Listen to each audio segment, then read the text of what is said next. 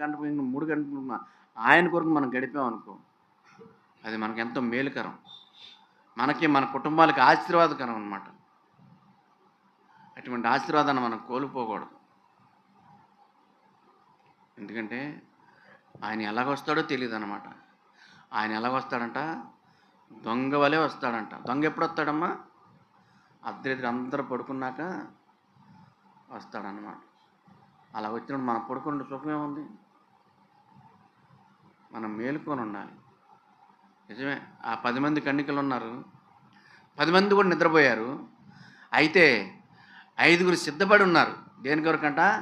ఆయన రాకడ ఆలస్యమైతే మరి ఈ నూనె అయిపోద్దామని చెప్పి సిద్ధుల్లోనే కాకుండా పక్కన కూడా కొద్ది దాచుకున్నారు వాళ్ళు. వాళ్ళు పడుకున్నారు. పడుకోలేదు, వాళ్ళు పడుకున్నారు. అయితే వాళ్ళు సిద్ధపడి పడుకున్నారు, వీళ్ళు సిద్ధపాటు లేక పడుకున్నారు. అయితే ఆయన టైం రానే వచ్చింది. వీళ్ళది ఏమైపోయిందా, వీళ్ళ డ్యూటీలు ఆరిపోయినాయి. వాళ్ళతో ఏం లేదంట, ఆ సిద్ధుల్లో నూనె లేదు. వాళ్ళని అడిగారు, అయ్యా మాకు కొంచెం ఇవ్వమంటే, ఇస్తే మాకు చాలదు, వీళ్ళు తెచ్చుకోమన్నారు. ఆ కొడి దగ్గరికి వెళ్తే అక్కడ ఏమైందంట, లేదు.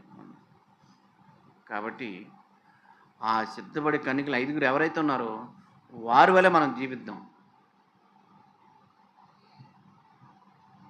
మనం మెలకుగా ఉండాలన్నమాట. ఆ మెలుకు ఎవరి కొరకంటే ఆయన కొరకు. మరి పడుకున్నారు లేదా? 10 మంది పడుకున్నారు లేదా? 10 మంది పడుకున్నారు. మరి వాళ్ళ 5గురు సిద్ధంగా ఎందుకున్నారు? జ్ఞానంతో ఉన్నారు వాళ్ళు. వీళ్ళు అజ్ఞానులే ఉన్నారు ఈ 5గురు.